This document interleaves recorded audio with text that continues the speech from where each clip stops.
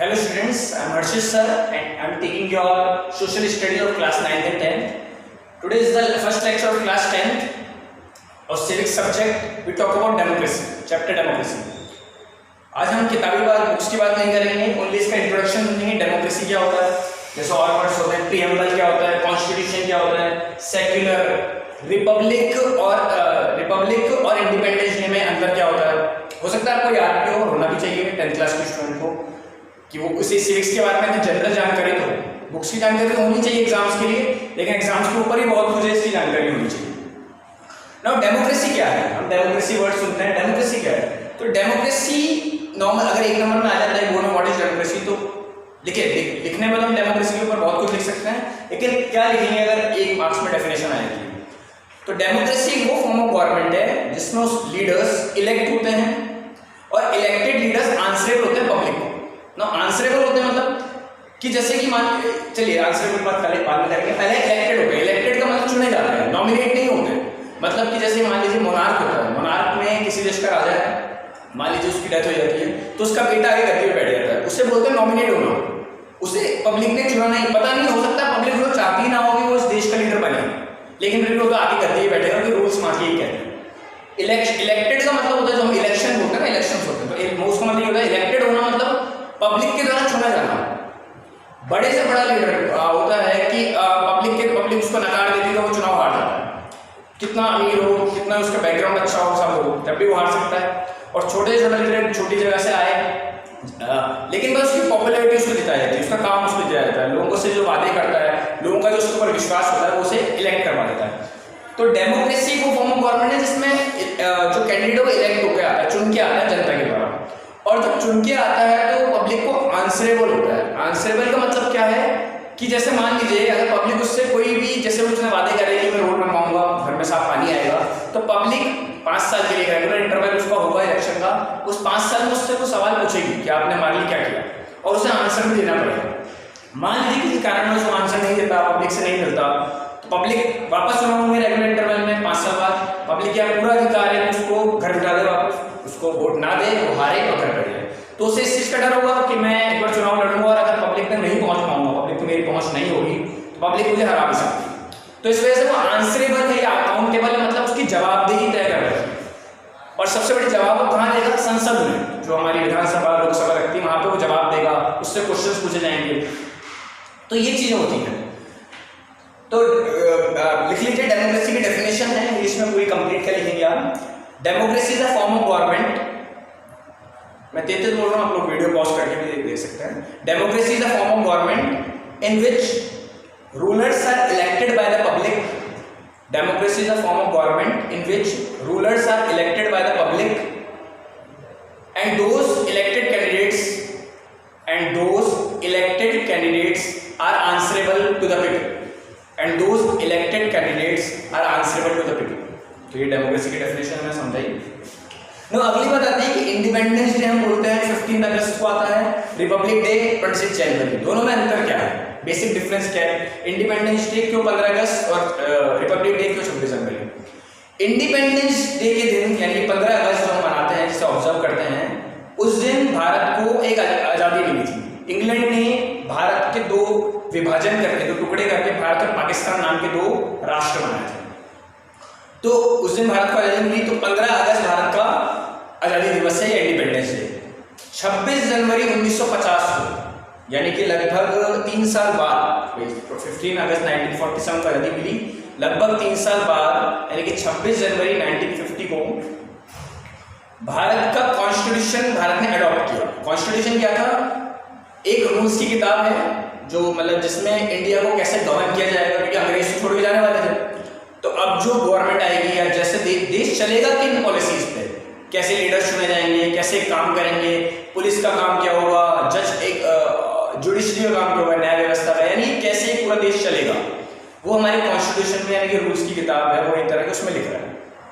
सबसे बड़ा कॉन्स्टिट्यूशन है वर्ल्ड का, इंडिया कॉन्स्टिट्यूशन सबसे बड़ा कॉन्स्टिट्यूशन वर्ल्ड का रिटर्न है। रिटर्न मतलब कि कॉन्स्टिट्यूएंट असेंबली बनी थी पूरी उसके लिए, हालांकि आगे वाले सब्सिक्वेंट चैप्टर्स में आएगा तो डिटेल में बात करेंगे कि एक कॉन्स्टिट्यूएंट असेंबली बनी, लोगों ने मिलकर उसको पूरा ड्राफ्ट किया और वो 3 साल लगे लगभग पूरा कॉन्स्टिट्यूशन बनके तैयार होने में।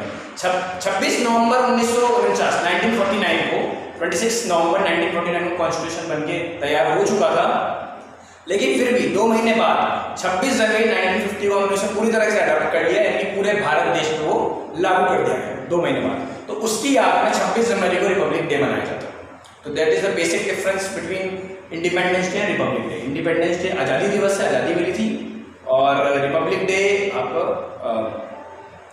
कॉन्स्टिट्यूशन बनके तैयार हुआ था। ना प्रियम्बल क्या होता है? कॉन्स्टिट्यूशन का एक तरह से इंट्रोडक्शन है।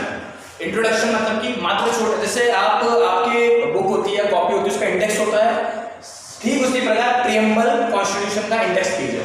कॉन्स्टिट्यूशन बहुत बड़ा है, हम आज पढ़ने बैठे 10 दिन तक पढ़ते रहेंगे उसको, अगर पूरा डेप्थ में पढ़ने जाए तो बहुत बड़ा है, सबसे बड़ा कॉन्स्टिट्यूशन है, लगभग 400 आर्टिकल है, 395 आर्टिकल्स है। तो प्रियम्बल उसका एक तरह से इंट्रोडक्शन दे देता है, जब हम उसको पढ़ते हैं। छोटा सा प्रियम्बल होता है, आपकी सिविक्स की बुक में भी होगा, फर्स्ट पेज पे, we the people of India ऐसे करके चालू होता है। उसमें हमने लिखा हुआ है कि क्या हम भारत को आदर्श देश बनाने के लिए क्या वादे इंडिया से कर रहे हैं। तो उसमें कुछ टर्म्स दिए हुए हैं प्रियम्बल में, जो हमारा कॉन्स्टिट्यूशन का इंट्रोडक्शन है एक तरह से। वो टर्म्स ये हैं, मैं इसको टर्म्स बताता हूँ। ये मेन टर्म्स है, मतलब टर्म्स बहुत सारे हैं, इसमें लगभग 78 वर्ड्स का है प्रियम्बल, लेकिन जो मेन वर्ड्स है वो है सेक्युलर, रिपब्लिक, सोशलिस्ट। इन वर्ड्स का मतलब क्या है, ये हमने भारत के जो मूल ढांचे में थे, बेसिक थे, उसमें दिए। इनका मतलब क्या है?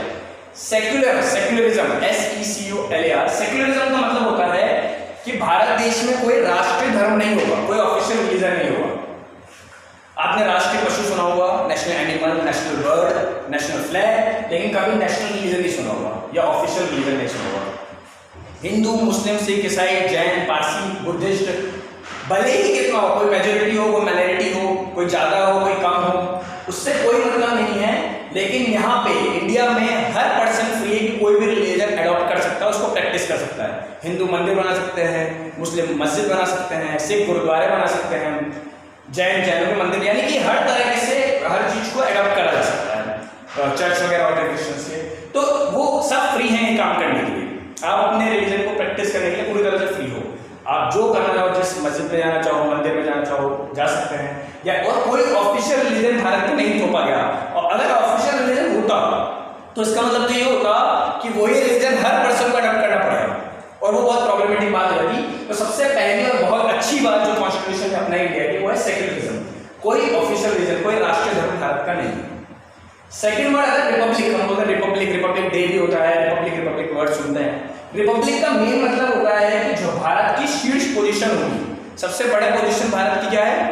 प्राइम मिनिस्टर नहीं, प्रेसिडेंट।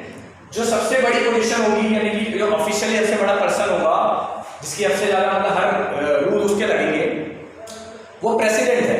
तो प्रेसिडेंट यानी कि जो हमारा टॉप मोस्ट लीडर होगा इंडिया का, वो इलेक्टेड होगा, हेरिडिटरी नहीं होगा। हेरिडिटरी मतलब कि ऐसा नहीं होगा कि आज जो प्रेसिडेंट ने मान लीजिए किसी वजह से पोस्ट चढ़ जाते हैं या उनकी डेथ हो जाती है जो भी, तो उनका बेटा प्रेसिडेंट बन जाएगा, ऐसा नहीं होगा। उसके चुनाव होंगे, यानी कि लीडर इलेक्टेड होगा, जो है मेन लीडर है। वैसे तो हमारे यहाँ सभी लीडर इलेक्टेड ही होते हैं, MLA से लेकर पार्षद तक इलेक्टेड है, लेकिन अभी तो हम बात करते हैं टॉप मोस्ट पोजीशन है प्रेसिडेंट ऑफ इंडिया, वो इलेक्टेड होता है।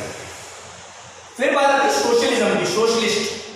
सोशलिस्ट का मतलब ये होता है कि वेल्थ इक्वली डिवाइड होगी। अब ये थोड़ा सा कंफ्यूजिंग पार्ट है कि वेल्थ इक्वली डिवाइड क्या है। वेल्थ इक्वली डिवाइड ऐसा तो नहीं है कि भारत के हर पर्सन 130 करोड़ लोगों के पास सबके बराबर पैसा, सबके बराबर पैसा, ऐसा तो बिल्कुल नहीं है। लेकिन गवर्नमेंट तो कहती है कि वेल्थ इक्वली डिवाइड होगी। इसका मतलब ये है कि गवर्नमेंट ऑफ इंडिया पूरे प्रयास करेगी, पूरी तरह से अपना 100% देगी जो वेल्थ है भारत की, वो इक्वली डिवाइड इस फॉर्म में हो जाए।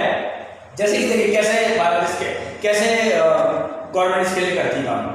गवर्नमेंट अमीरों पे ज्यादा टैक्स लगाती है, प्रोग्रेसिव टैक्स स्ट्रक्चर अपनाती है, अमीरों पे ज्यादा टैक्स लगाती है, गरीब को टैक्स से माफ कर देती है। सबसे बड़ी बात तो ये, जैसे मान लीजिए अमीर है 1 करोड़ रुपए कमाता है एक साल में, गरीब आदमी मान लीजिए 5 लाख कमाता है पूरे साल में, 5 लाख में 3 लाख लेते हैं, 3 लाख कमाता है पूरे साल में, 3 लाख वाला टैक्स से फ्री है पूरी तरह से, उसको 1 भी रुपये का प्रकार का टैक्स नहीं देना। 1 करोड़ वाले को हाई टैक्स ब्रैकेट में लगा के उससे टैक्स ज्यादा लिया जाता है। अब ये जो टैक्स आता है जनता से, इससे सरकार ऐसी योजनाओं में लगाती है जो गरीबों का भला करे। जैसे कि अन्नपूर्णा योजना आपकी जो चलती थी, फ्री में खाना, फ्री में नहीं, लगभग 5 रुपये में नाश्ता, 8 रुपये में खाना, ऐसे करके मिलता है, यानी बहुत सब्सिडाइज रेट पे। जिस रेट पे आज 5 रुपये में 8 रुपये क्या आता है, चॉकलेट भी नहीं आती है।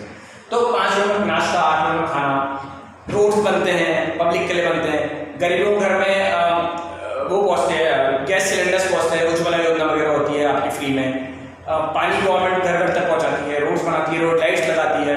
तो ये सब चीज़ें, यानी कि अब देखिए ऐसा तो पॉसिबल नहीं है कि सरकार अमीरों से ले लो गरीबों को बांट दे, ये पॉसिबल नहीं है बिल्कुल भी, लेकिन गरीबों तक उसका फायदा पहुंचाने की पूरी कोशिश करती है ताकि वो वेल्थ एक टाइम पे ऐसा लगे इक्वली डिवाइड है। ठीक है, अगर आप इंडिया की बात करें तो जो पुअर और रिच के बीच में गैप है वो धीरे धीरे बढ़ता ही जा रहा है, कोई कम नहीं हो रहा है। लेकिन गवर्नमेंट की योजना यही है, पॉलिसी यही है कि वो कम होता जाए। अब इग्नो से ज्यादा टैक्स लेके हम गरीबों में लगाएं, उनकी सेवा में लगाएं, लगाती है अन्य योजना होती है गवर्नमेंट की। अभी जैसे जो लॉकडाउन का समय चल रहा है, नवंबर तक 100 करोड़ गरीबों को फ्री में राशन बढ़ेगा, जो 1-2 रुपए लिए जाते थे ना किलो के गेहूं के और चावल के, वो भी नहीं ले जाएंगे। तो ये कहाँ से आ रहा है, इतना अनाज कहाँ से आ रहा है, इतना पैसा कहाँ से आ रहा है, वो टैक्स के रूप में आता है। अच्छा, ये अमीरों तक तो फायदा ऐसा नहीं पहुंचेगा और हम लोग लेते भी नहीं हैं, तो जो गरीब है उनका भी फायदा पहुंचे। तो जो जैसे जो गेहूं है, चावल है, वो गरीबों तक पहुंचाना और भी जो फायदे हैं वो पहुंचाना, किससे टैक्स लेके अमीर से लेके गरीब तक पहुंचाना। तो ये होता है कि गवर्नमेंट पूरा ध्यान रखती है कि सोशलिस्ट हो, सोसाइटी इक्वल हो जाए, सोशलिज्म फॉर्म में वेल्थ इक्वली डिवाइड हो जाए धीरे धीरे करके। सरकार की योजना तो है, बट हाँ धीरे धीरे करके अभी क्या हो रहा है कि वो गैप बढ़ता ही जा रहा है। हालांकि गवर्नमेंट पूरा ध्यान रखती है वो गैप कॉन्ट्रैक्ट हो जो रिच और पुअर का है। तो ये आपका डेमोक्रेसी का, सिविक्स का मैं लिटरली बोलूँ एक तरह से इंट्रोडक्शन था। कल से हम बुक की बात करेंगे। ये सब चीजें आपको जनरली भी याद होनी चाहिए, एग्जाम के पर्पज से तो है ही इंपॉर्टेंट, जनरली भी याद होनी चाहिए। Thank you.